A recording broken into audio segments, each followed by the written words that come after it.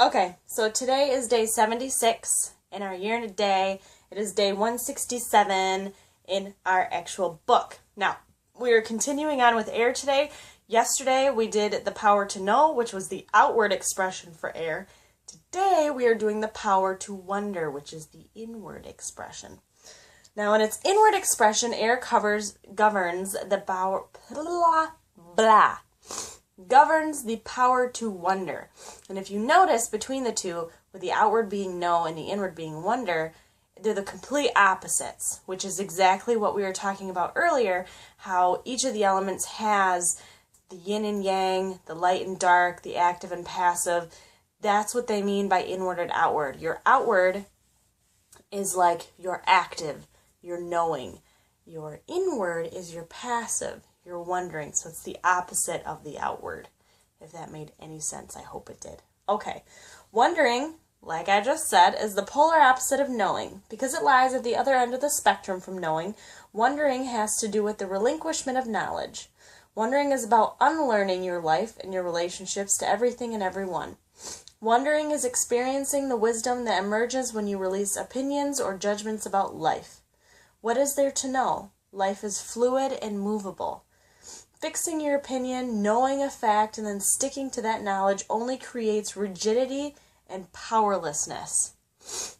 Listen to that, okay? What is there to know? Fixing your opinion, knowing a fact, and then sticking to that, so not changing your opinions, only creates rigidity and powerlessness. Without the power to wonder, how could we have ever understood that the world is round, or that we could invent a way to fly? Or, for example, people that don't believe in ghosts, or people that don't believe in anything. How can you know that? You can't. You can't know that. There are thousands of people that have experienced this, but people know for a fact that ghosts don't exist. That's just creating powerlessness of their own lives because they don't have the wonder.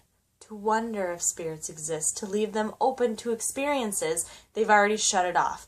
That's no way to live. And that goes with anything, not just ghosts, but anything along those lines. You can't know for a fact that something is not possible, because then for you it is. Remember that.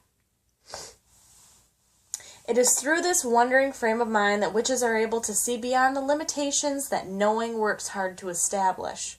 The power to wonder allows witches to discover truth as it reveals itself in each moment, without resorting to fixing perceptions, cognitive understanding, or mental anticipation. When this receptive expression takes control of a witch's life, there's a loss of the delicate balance between the passive and the active air energies. When this happens, an individual might appear inattentive, spacey, sleepy, distractible, dense, and dull-witted. Commit to paper your own relationship to the energies of wondering. In what ways do you feel that you are connected to the power to wonder? In what ways do you feel disconnected from the power to wonder?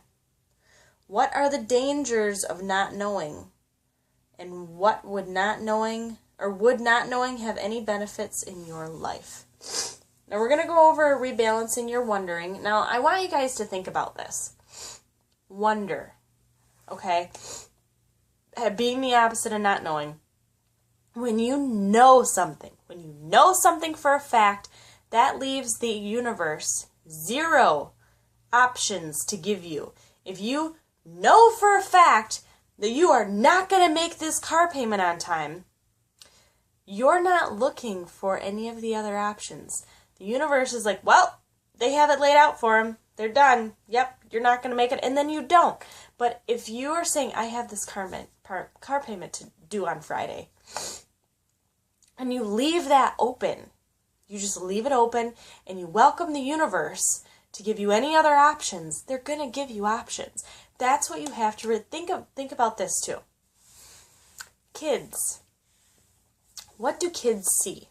Kids have said they see ghosts, they see spirits, they see fairies, they see aliens, they see everything because they are filled with wonder. Have you ever heard that expression that kids are filled with wonder? And then what happens? Parents, adults, criticize that wonder and tell them that for a fact what they're seeing is not real. That squashes that wonder. That completely kills it so that when the kids grow up, they know, my mom told me fairies are not real. My mom told me ghosts are not real. And they lose that ability to see. Okay? So this is such an important day. The knowing and the wondering. There's a fine line because they told you, wondering, it's dangerous to have too much of one. You really need a balance because you don't want your life to be full of wonder, but you don't want your life to be full of knowing either. You need that perfect balance between the two. So this is just such an awesome freaking day. I hope you guys take this as a full day and really, really think about it, okay? So, rebalancing your wondering. When you notice that you are imbalanced and wondering, take time to practice this grounding exercise called adjusting the breath. Sit in a comfortable chair and align your head and spine. Instead of beginning your usual breath by inhaling, begin a breath by exhaling and avoiding the lungs completely. Allow your solar plexus region to contract inward toward the spine as far as it can. What is important here is that you get all of the air out of your lungs. Once you reach your own limit of inward contraction, please don't do this to the point of discomfort. Don't kill yourself trying to get all the air out because it's impossible to actually get all the air out. You're always left with 10% of the air capacity of your lungs. So don't actually try to get all the air out. Okay. Once you reach your own limit of inward contraction, release your hold and allow the lungs to fill naturally.